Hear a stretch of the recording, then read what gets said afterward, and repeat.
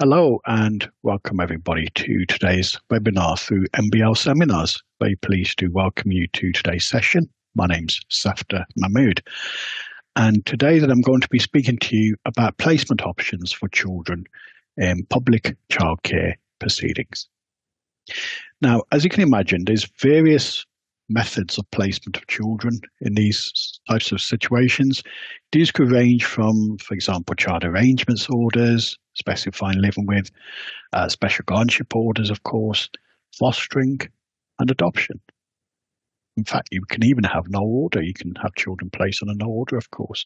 There's also private arrangements, as you know, private family arrangements. There's the private fostering arrangements, for example. Now, the rights and responsibilities vary depending upon the type of placement it is, and the exercise of parental responsibility, of course, will vary.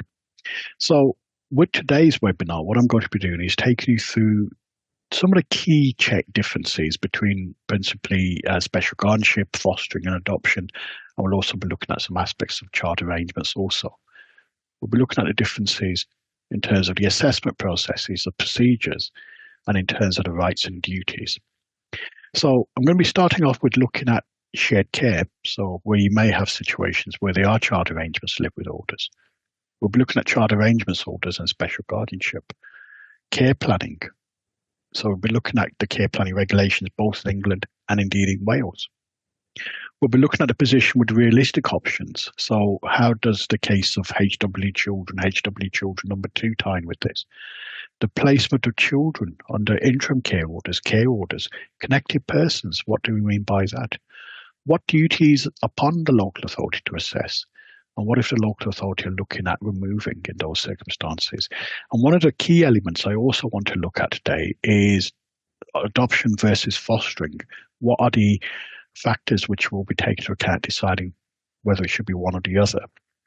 Placement of children at home under a care order and removal in those circumstances, assessments of risks, and then really the modern views and thinking behind adoption, particularly when it comes to sibling contact post-adoption insofar as that's concerned.